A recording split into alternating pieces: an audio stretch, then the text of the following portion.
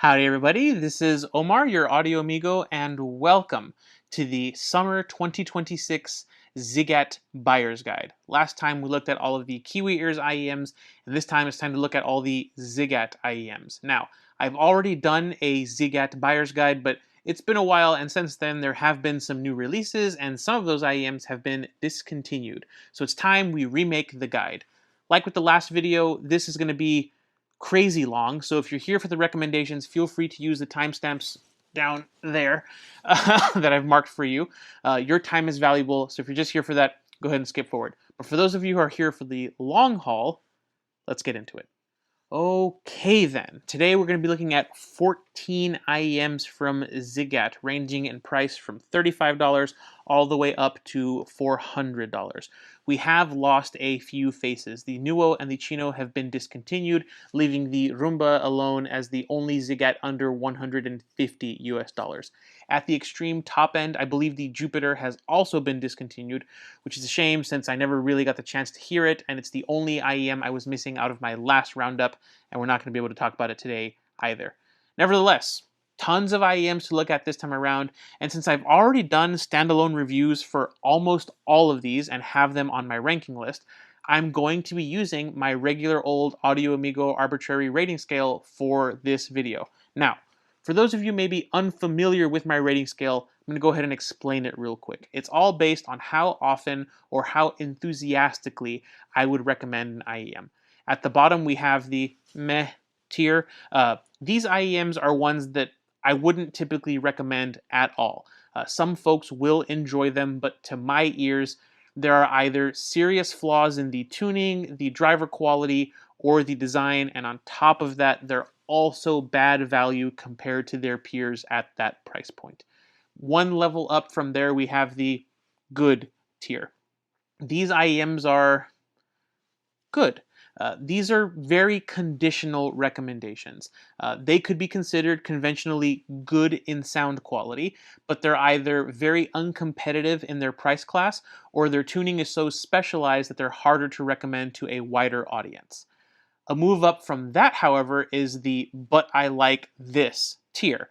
That really only makes sense when you compare it to the tier above it, but for now, just know these are IEMs that I can easily recommend, but with some reservations. These are IEMs that I personally consider to be competitive at their price point, but not the best. This tier has a lot of more specialized specialist sets, or sets that have a bit more of a unique tuning, but these are generally IEMs that I think that people will enjoy, and I will recommend to someone if I think that it's sort of exactly what they'll want. Then, a step above that, we have the "this is brilliant" tier, because IEMs in this tier are, in my opinion, better than the previous tier, but I wouldn't blame people for choosing an IEM from the "but I like this" tier compared to the "this is brilliant" tier. Hence the reason for the tier names. This is brilliant, but I like this.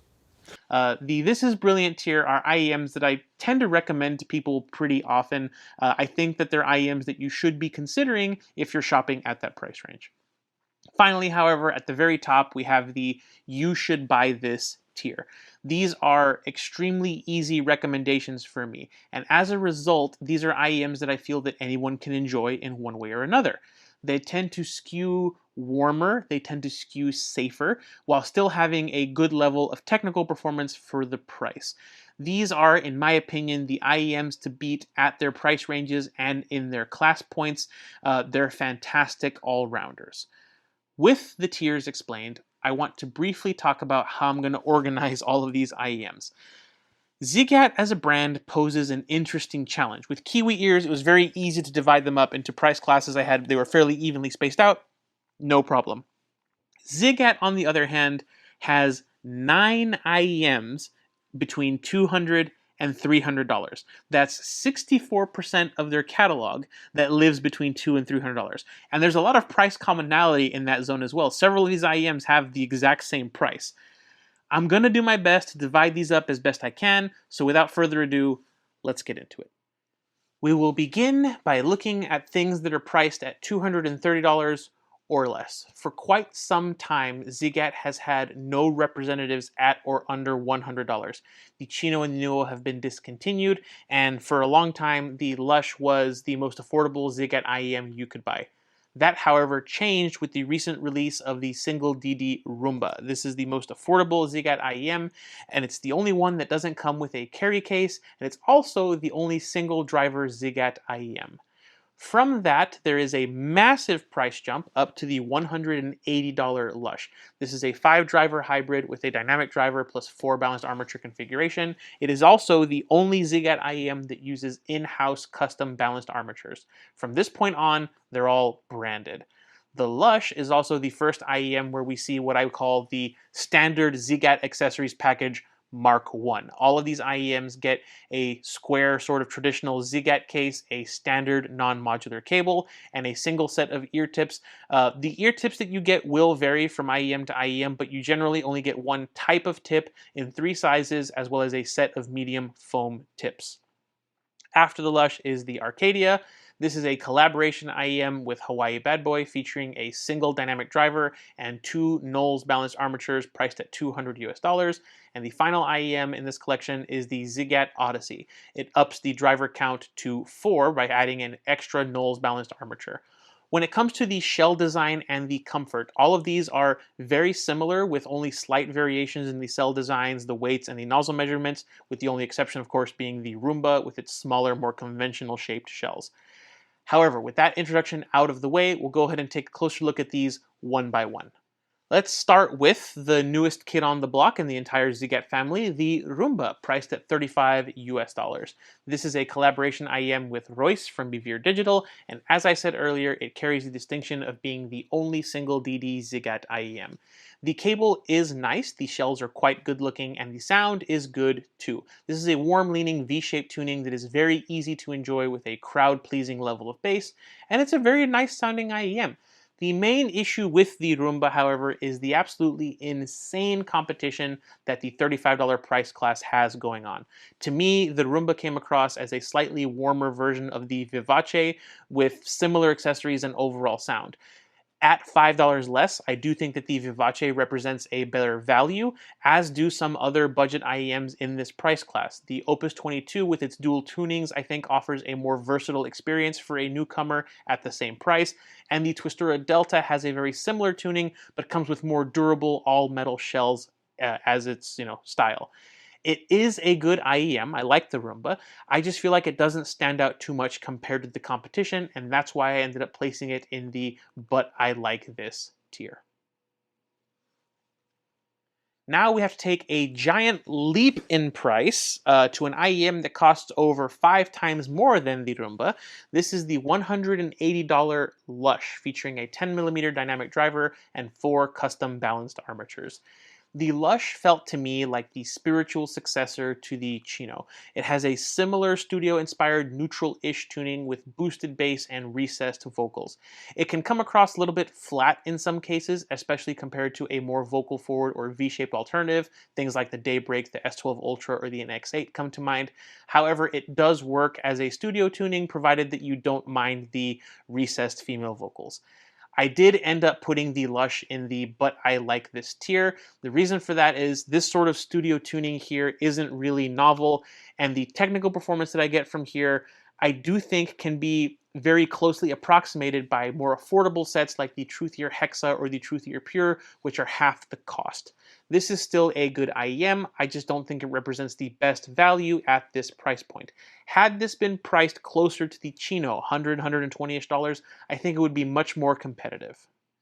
Now we come to our second collaboration IEM. This is the Arcadia, created with input from Hawaii Bad Boy, priced at $200.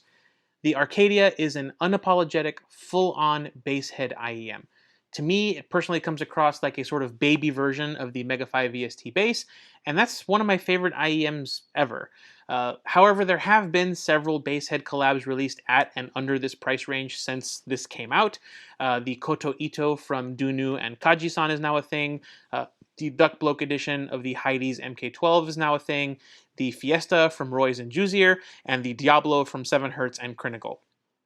All of these have competed with the Arcadia, and I think they all illustrate both the Arcadia's biggest strength, but potentially its also biggest weakness. That is, the Arcadia basically splits right down the middle compared to all of those options. It is not as clean or as light in the lower mids as the Fiesta and the Koto Ito, so it comes across a little bit slower and a little bit more lush and energetic. But it's nowhere near as lush or energetic as the Diablo or the MK12 in the lower mids. It's not as vocal forward as the Koto Ito, but it's also not as dark as the MK12. Its only real flaw is that the female vocals are definitely warmed over by that mid bass and lower mids presentation. It adds a little bit of husk and dark tonality from to female vocals, and for that reason, I placed it in the "but I like this" tier. However, if you don't mind that sort of warmer husk or tonality for female vocals, or you have specific artists for which that affectation works really well, I think you could bump this up to "this is brilliant." I just know that a lot of people are like, I just wish it had more mid bass, MK12 and Diablo, or oh, it's too muddy, Koto Ito Fiesta. Lastly, in this price group, we have the original Ziigaat Odyssey, priced at $230 US. The Odyssey is, in my opinion, a more exciting, more V-shaped sounding version of the Lush.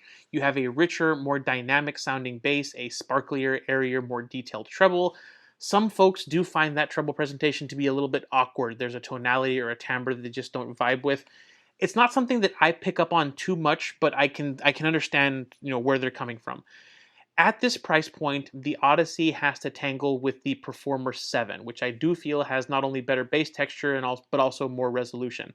However, the Odyssey has less potential for fatigue across the treble compared to the Performer 7. I recommend the Performer 7 to a lot of people, and they say, it's just a little bit too spicy for me in the treble. This is a safer choice. The Dunu 142 is another potential option, but that's even more V-shaped than this, with even rumblier, more impactful bass, and even more sparkle, and an even more potentially fatiguing treble than even the Performer 7. If you want a less fatiguing but still fun tonality with what I think is a pretty mature tonal balance, I think the Odyssey represents a great sort of middle ground in terms of technical performance without being fatiguing. I ended up putting it in the "this is brilliant" tier, and I know some people who actually prefer the Odyssey compared to the Odyssey 2. Wrapping up this segment is honestly pretty simple. Personally, I feel like the Odyssey and the Arcadia are the heavy hitters here. The tonal affectation on female vocals might or might not be a deal breaker here on the Arcadia for you, but I really enjoy this IEM. I think it's a lot of fun. Like I said, it's a Baby Mega 5 EST bass, which I really like. The Odyssey, on the other hand, is a more colored take on neutral that I feel gives you just enough coloration to sound dynamic and fun while still coming across well balanced. Some people are rubbed the wrong way by the treble, but for me, it works. These two are not bad at all. The Lush is essentially a calmed down, more neutral version of the Odyssey with less bass and treble, making it a safer overall choice, even if it's not as resolving to my ears or as technical as this. I do think that you can get this tuning and performance for less, which is the main reason I don't recommend it as much. Similar story with the Rumba. I think that while it's very nice and the bass is a lot of fun, the Vivace essentially does what it does for less, and you can get what it does on other IEMs with either a lower price tag or a more durable build and accessories package. No real losers for Ziigaat here, honestly. They all sound conventionally good, which, as we move on, you'll see is a trend for this company. This next segment of IEMs is not only really close to the ones that we just looked at, but also really close to the ones we're going to be looking at after this. From this one to this one, only $30 separates this segment. It is the $250 to sort of $290-ish bracket.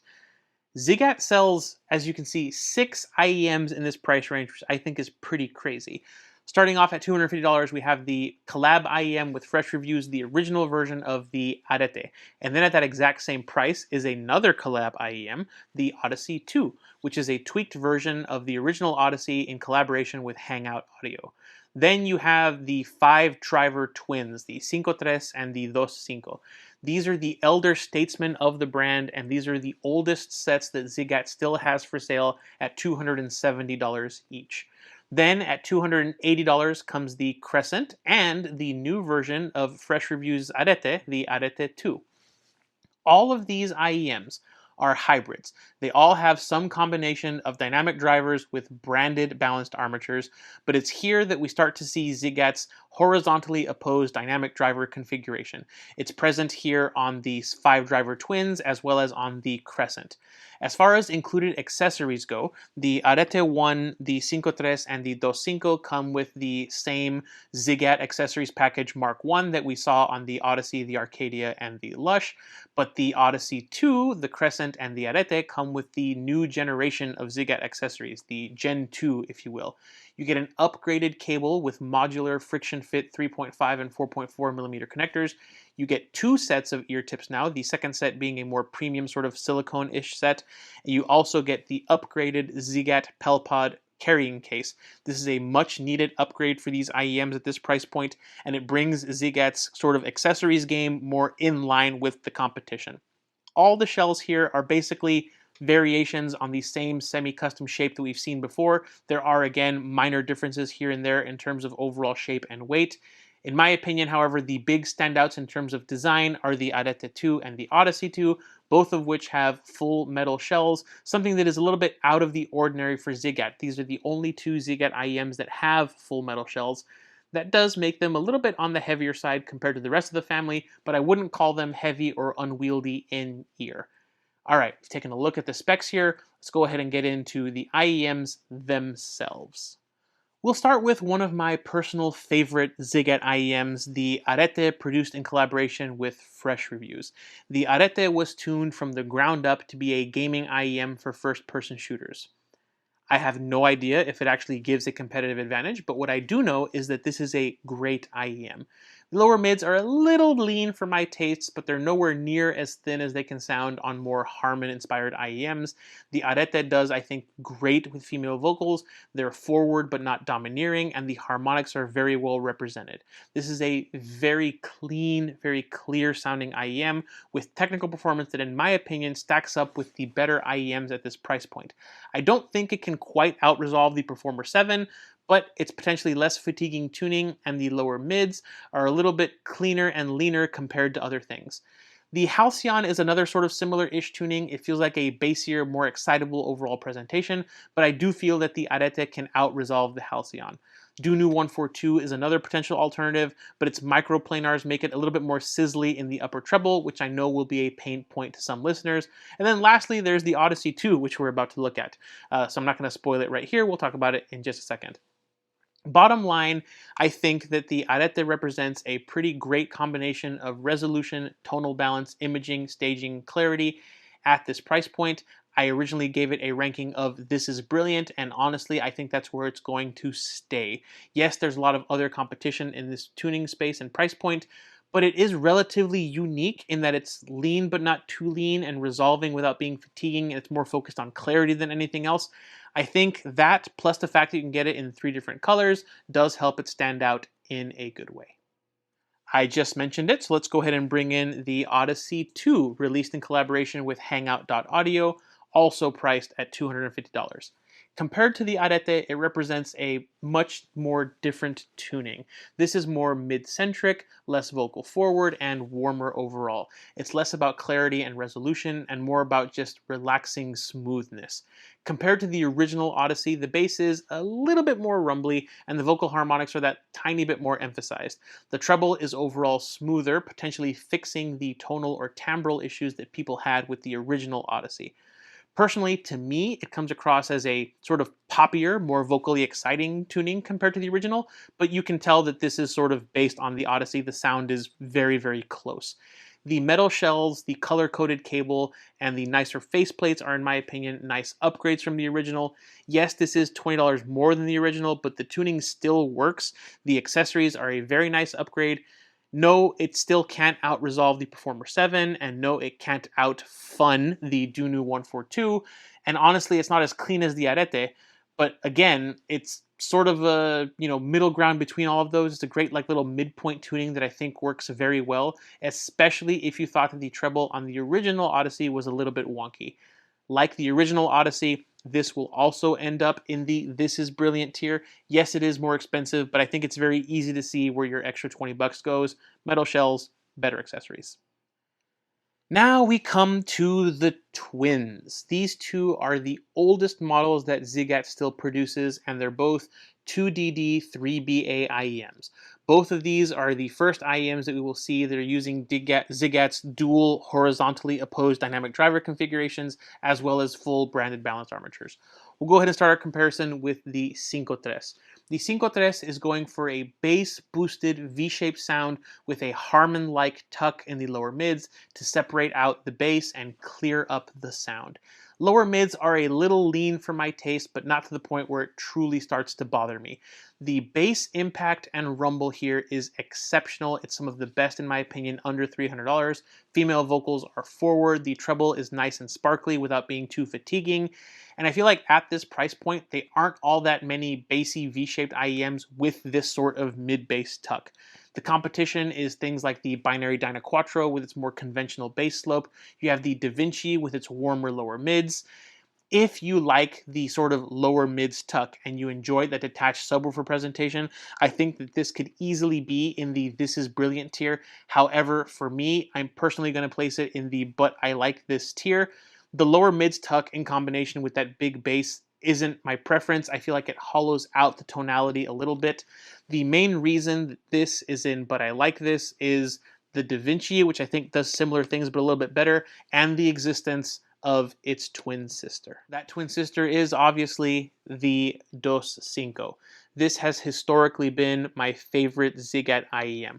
I like the Odysseys, I like the Crescent, the Arete, the Arcadia, but this, the DosCinco, has been my favorite. This is essentially a warmer, bassier, more relaxing counterpart to the CincoTres. It fills in that lower mid-range dip. It has meatier, rumblier bass. It still has forward vocals and harmonics, but the upper treble is just a little bit less emphasized and a little bit smoother.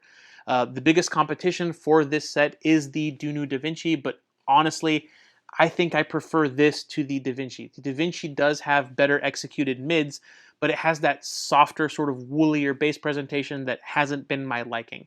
The DosCinco feels like a Da Vinci, but with tighter, more tactile bass and a smoother, less energetic treble. No, the accessories package here is nowhere near as nice as it is on the Da Vinci, and I think the Da Vinci also looks better. But as someone who really likes the Da Vinci, this is just slightly better and it's slightly cheaper. And I just really like this IEM. It's more in line with my preference for bass, mids, and treble. This gets a very easy, this is brilliant score.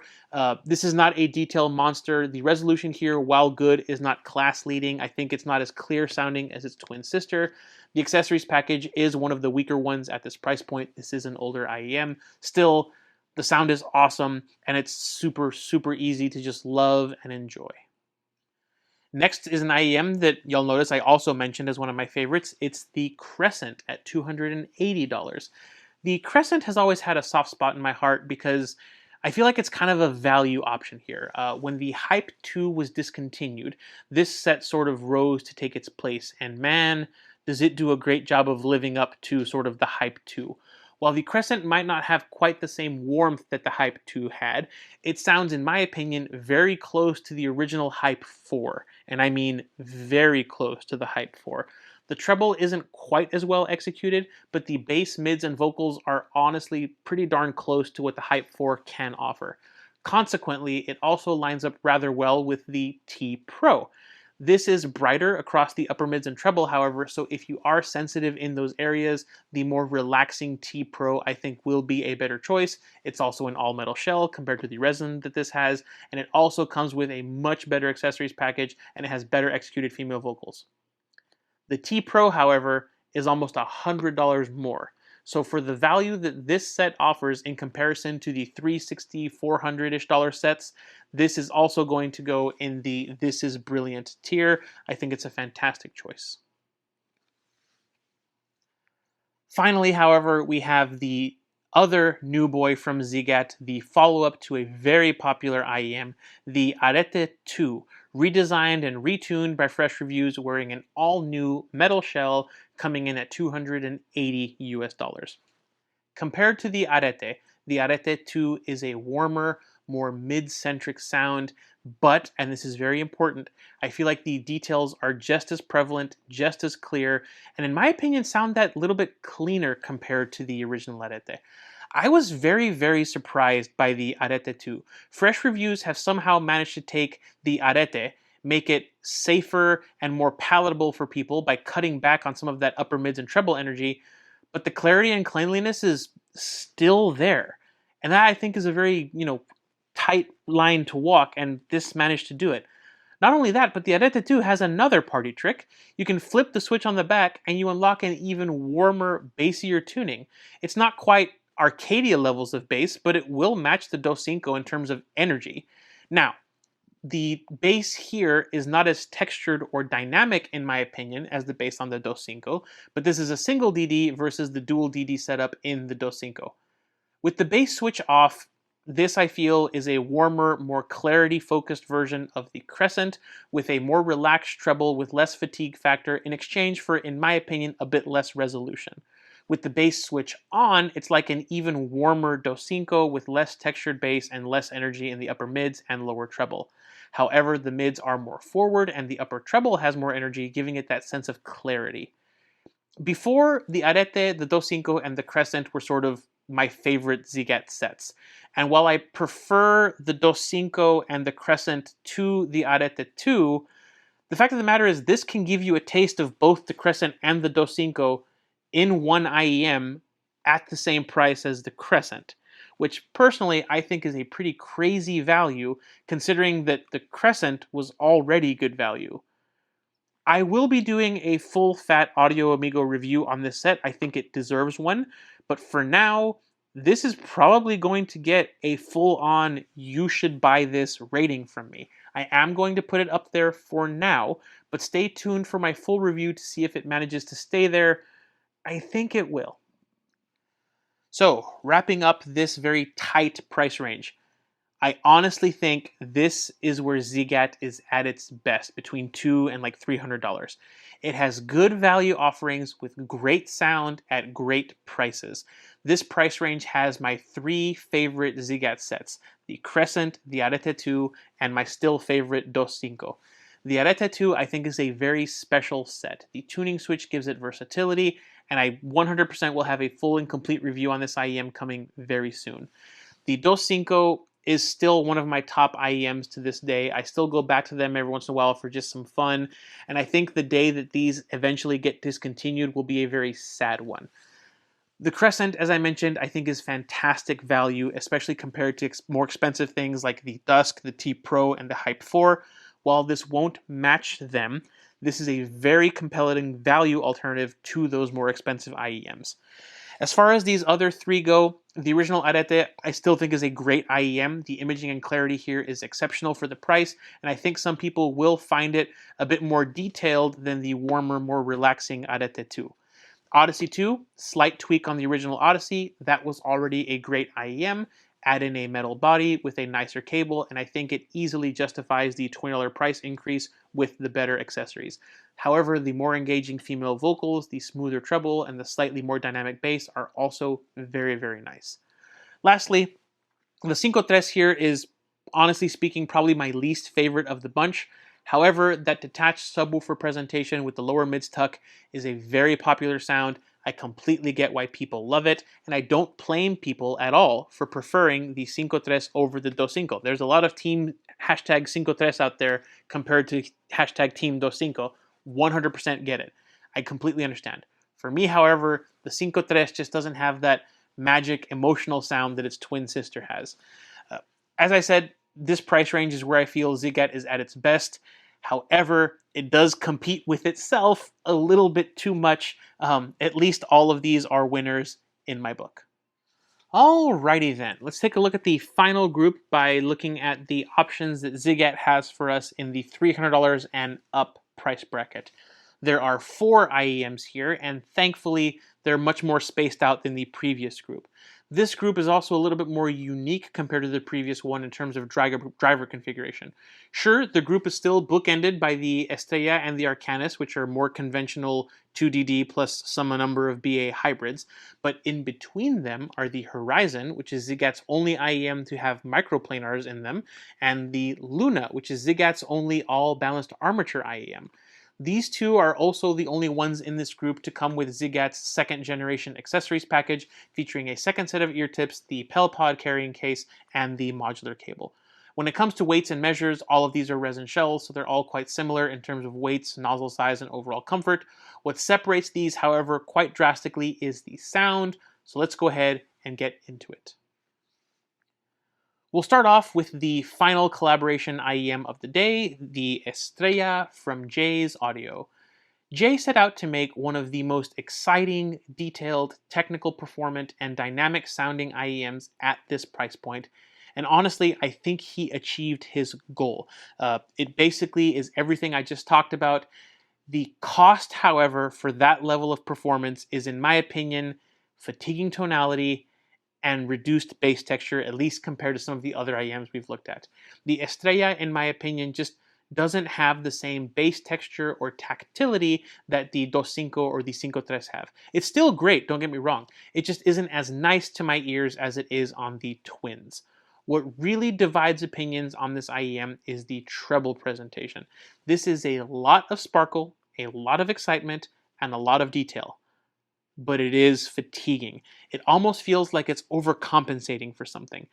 It is still a ridiculous level of performance and resolution for this price, however, although since this released, it feels like something that the Performer 7 has done at a more palatable way. I feel like the Performer 7 gives you just as much detail, just as much resolution, similar amounts of sparkle as this, but with less fatigue.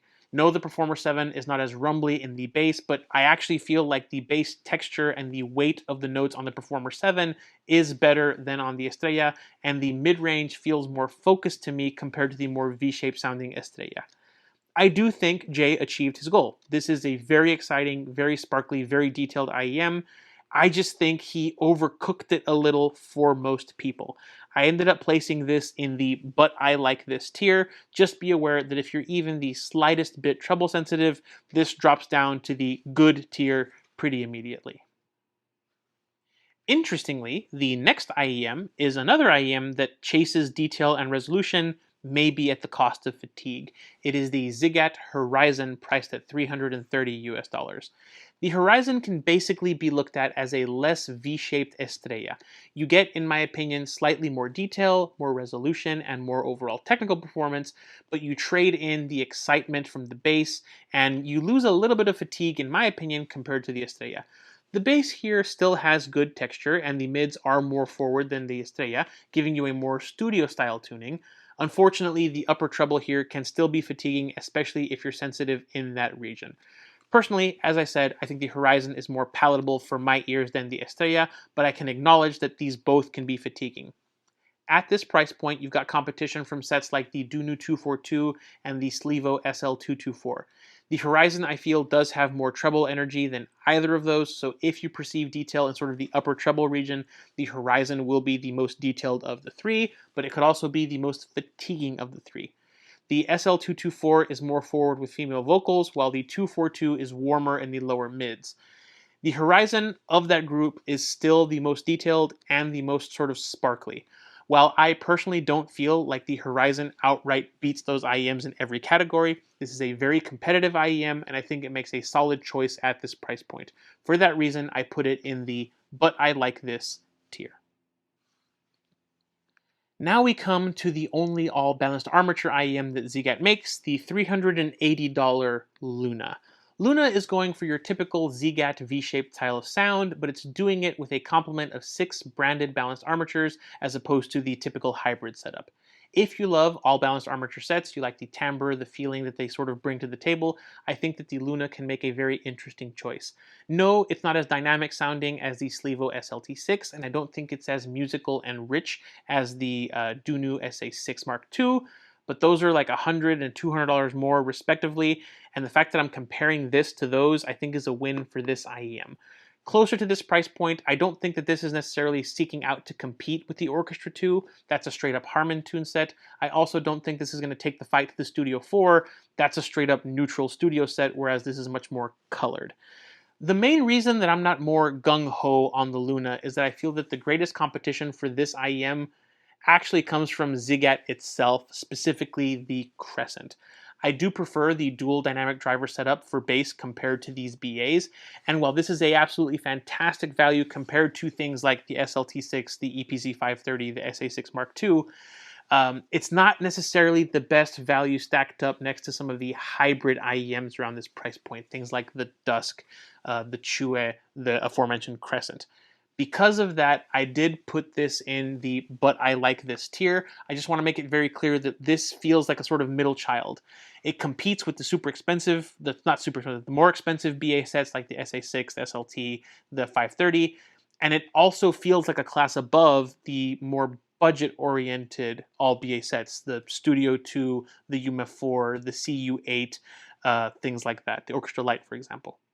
Finally, we arrive at the big boy of the Ziigaat family now that the Jupiter has left us, the Arcanis, priced at $400 US. The Arcanis basically reminds me of a super ultra upgraded version of the Lush. You get dual opposed woofers, which help the bass come across as more textured and more dynamic while still being very controlled. Female vocals are more forward and more present, and there's this wonderful sense of airiness and detail to the sound compared to the Lush. It really does feel like the perfect upgrade if you like the Lush's more neutral presentation.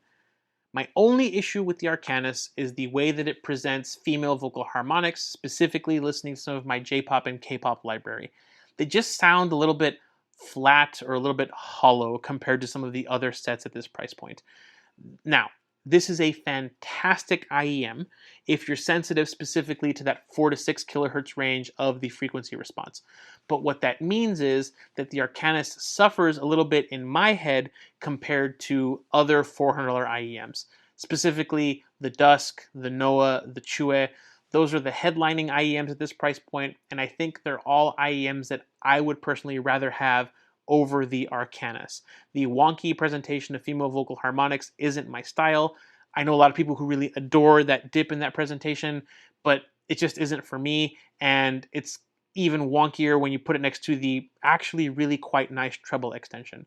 For that reason, this one is also going to wind up in the but I like this tier. So, I mentioned in the last wrap-up segment that I think that Ziigaat is at its best under $300, and I think that this group of IEMs kind of shows why. All of these are great sounding, sort of conventionally good sounding IEMs, and while I would recommend each of these to different people quite strongly if I understood their preferences, each of these also has a quirk or an issue that sort of precludes me from ranking them any higher. I think the strongest IEM in this segment is the Luna, simply because it is an all-BA IEM. If you want an all-BA IEM, as I said, the performance here is much closer to things like the SLT6 and the SA6 than it is to something like the Orchestra Lite or the CU8. For that reason, it's great value, but as I said earlier, if you're okay with a hybrid configuration, the Crescent is a very similar sound for less, and in my opinion, sounds that little bit more dynamic. Estrella is super exciting and very dynamic to listen to, but it's fatiguing, and I personally can't wear it for anything longer than like 45-ish minutes before I need to rest my ears, and that's at my typical lower listening volume. It sounds good, but the competition has caught up to the technical ability and resolving ability that this has, while not being anywhere near as fatiguing. The Horizon is a similar story, but with a more studio tuning. This is a great neutral-ish IEM with just enough color to make your music pop for you. However, like the Estrella, it can get fatiguing in the upper treble. I do, however, find this much less fatiguing than this for my ears personally. Lastly, the Arcanis. I think it's a fantastic IEM for people who don't like a lot of energy between 4 and 6 kilohertz, but still want treble extension and a lot of upper treble detail. If, however, you're not sensitive between 4 to 6 kilohertz, or like me, you prefer a more energetic presentation for female and instrument harmonics, the Arcanis can fall a little bit short compared to some of the other $400 competition. While these IEMs might not be as high on my rankings as some of the previous ones, I still think they're relatively good sounding IEMs. I don't think Ziigaat has any stinkers. Alrighty then, if you use the timestamps to skip here, Welcome back. Ziigaat, it appears, doesn't seem to take as many risks or experiment as much with their IEMs as, for example, Kiwi Ears does. Of the 14 IEMs we looked at today, 11 of them were dynamic driver balanced armature hybrids. And personally speaking, none of the IEMs have what I would call a completely deal-breaking tuning anomaly or a serious issue with their sound quality. Some of them are a bit fatiguing, but fatiguing is going to vary from person to person. Hence, there is not a single Ziigaat IEM in the bottom 2 tiers of my tier list. However, by contrast, there also aren't that many IEMs in the top 2 steps of my tier list, with only 6 of them earning that honor. And all of these are in that $200 to $300 price class where I said Ziigaat was the most competitive. So let's go ahead and take a look at these, as well as a couple of honorable mentions that I liked. We'll start with the first honorable mention, that being the Arcadia, priced at $200 US. The Arcadia sounds to me like a baby Mega 5 EST. It is a full-on bass head IEM. No, it's not as detailed or clean as the Mega 5 EST. It's not as technical. It does have more affectation with female vocals to me compared to the Mega 5 EST bass, but it's less than half the price. It's a lot of fun. It's really personable. And the only reason it's not ranked higher is the absolute dearth of bass head IEMs between $100 and $200 US. The Fiesta, the Diablo, the Portazo, and the Koto Ito are all alternatives here. And while the Arcadia, I think, represents a excellent middle ground between them, it's not as muddy as some of them. It's not as lean and thin as some of the other ones, and it does trade blows or win against any of them in some ways. I don't think this is the outright best at the price range, and the value with some of the cheaper options isn't there anymore. Still, however, this is a very, very good IEM, and I'm happy to recommend it for bass heads looking for a good, well-balanced bass head set. My next honorable mention goes to the Ziigaat Luna. I feel like it sits in a very interesting price bracket for what this is. A lot of the balanced armature IEMs that I've tried around this price point are going for a more harmonish sound. The Luna, however, does not, and I find that it quite easily outclasses most of, if not all, the balanced armature IEMs at like $275 or less. Rather, this mixes it up with the $450 and up balanced armature IEMs. Because of that, I think this can make an amazing value if you're in the market for an all-balanced armature IEM. However, if you're not looking for an all-balanced armature IEM, if you're okay with a hybrid or a tribrid, this isn't as good a value due to some of the other IEMs on the market currently. But enough of the honorable mentions for now. Let's go ahead and get right into my recommendations, starting off with a bit of a 2-for-1. The Odyssey and the Odyssey 2, priced at $230 and $250 respectively. These two are great examples of the sort of just slightly north of neutral, slightly colored sound that I tend to really enjoy. The technical performance on both of these is really good for the price. The detailed retrieval and overall sound quality is good, and they both make very compelling options in the $200 to $250 price range. Choosing between them is a lot easier than you might think if you want metal shells, a modular cable that matches the color of the IEMs, and a nicer carry case. The Odyssey 2, with its more refined treble and more sort of poppy female vocals, is the better sounding of the two. However, if it's value that you're after and you're not particularly sensitive to mid and upper treble energy or timbre, the original Odyssey is constantly on sale and is very, very close to this in terms of overall sound. Both of these are winners. Speaking of both of these are winners, there's the Arete and the Arete 2, both from Fresh Reviews, priced at $250 and $280 respectively. These were tuned to achieve great performance in competitive shooting games. Again, no idea what that means personally, but for music, what I hear are a pair of IEMs where the emphasis is on clarity, imaging, and sort of cleanliness in the sound. The original Arete comes across a little bit brighter, a little bit more sparkly, and maybe a little bit more detailed to me, depending on what track I'm listening to or where I'm perceiving the detail, while the Arete 2 is the warmer, slightly more relaxed sounding of the two. This is a similar situation to the Odyssey, where I can recommend both of these very strongly. The original Arete is fantastic. It comes in 3 colors, and it has been going on sale quite a bit, so it's fantastic value. However, the Arete 2 honestly has been pretty incredible. Not only are the accessories a step up from the original, but that tuning switch on the back really takes this up a notch by giving you access to a much bassier tuning, while still keeping things pretty darn clean. The metal shell is a nice upgrade, as is the case and the cable. The Arete was already one of my favorite Ziigaat IEMs, and the sequel here is genuinely amazing.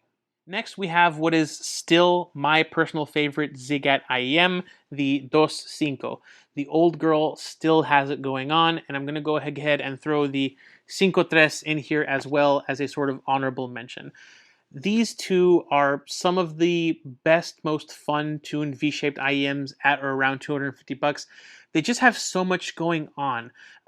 Great bass, great resolution, nice technical performance, and their $270 price point keeps them very competitive because they tend to avoid comparisons with the like 325 and up sets, and they do very well compared to a lot of the other like $250-ish sets. I think they're fantastic. They go on sale relatively often. I adore the DosCinco for its warm, relaxing, yet still technical and exciting sound, and I think it has some of the best bass on a sub $300 non-bass hit IEM that I've heard.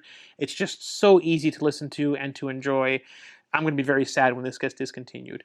The CincoTres, on the other hand, is an honorable mention because it's just that little bit too lean and thin in the lower mids for me personally, and more IEMs are going for this more detached subwoofer type sound. It's great, I just have a clear preference when it comes to the twins. Finally, let's talk about the Crescent, priced at $280. The Crescent, if I'm honest, is a bit of a bad sibling. In my opinion, the Crescent competes quite favorably against not only the rest of the competition at $280, but against a lot of its older family members as well, or more expensive family members, I guess. The Crescent is an IEM that I personally prefer not only to the Horizon, but also the Luna and the Arcanis. No, it's not as clean and detailed as the Horizon, and it's not as light on its feet as the Arcanis, but it's more emotional, detailed, and sort of weighty sound. I think it's one of the best IEMs that Ziigaat has in their stable, but it also showcases one of the flaws in Ziigaat's sort of brand strategy. They have a lot of IEMs that are just too close in price. They tend to cannibalize each other's sales quite a bit, and I really think that they should be spaced out maybe a little bit more. So, too long, didn't watch. My top 3 Ziigaat IEMs in alphabetical order are the Arete 2, the Crescent, and the DosCinco. I also think that the Arete, the Odyssey, and the Odyssey 2 are excellent IEMs, and all of these 6 should definitely be on your list if you're shopping for an IEM at their price point. The Arcanis, the CincoTres, and the Luna are solid recommendations if you're in the market for their specific tunings and their specific strengths, but I don't think that they're flat out the best options at their price point. The rest of the Ziigaat IEMs are still good, and if you have one, honestly, you have a great sounding IEM on your hands because Ziigaat hasn't made something that I think is unconventional, oddball, or bad sounding. I do, however, think that all of their IEMs are just too close to each other in price. They have 12 IEMs between $200 and $400 and several that are at the exact same price as one another. And while they're all what I would call very good sounding, there's a lot of stiff competition, not just from other brands, but amongst themselves. Ziigaat, as I said, is I think one of the brands that cannibalizes its own sales pretty heavily. I would like to see, personally, more Ziigaats between 50 and 120, especially because I think Kiwi Ears is kind of lacking in that area. They've conquered the budget segment, but between 50 and 120, Kiwi Ears doesn't have a whole lot going on. I also think that Ziigaat has the potential to fill in the massive price gulf between $400 and $800. Ever since Thea Audio discontinued the Oracle Mark III, there's a massive hole between the Hype 4 Mark II at $400 and the Origin at $850, and I would love to see Ziigaat try something with maybe some ESTs or an Electret or a bone conduction driver or some planars that explores that upper or that lower price segment. If you made it all the way to the end, thank you all so very, very much for sticking with me. These buyer's guide videos are honestly a lot of fun to make. I get to listen to a lot of awesome IEMs, but they're also a lot of work to do. Don't worry, I do have a Thea Audio buyer's guide lined up for y'all, but I'm not going to do it alone. I'm going to be bringing in James Deemer himself to help me out with that, so look forward to that one. For now, however, that's going to do it for me today. Thank you all so very much for your awesome support. Let me know down in the comments what your favorite Ziigaat IEM is. Interested to see what y'all think. Are y'all team CincoTres? Like a lot of my friends are, honestly. A lot of people love the CincoTres, but I will always and forever be team DosCinco. But that's it for me today. Hope you enjoyed the video, and I hope you have a wonderful rest of your day. Goodbye.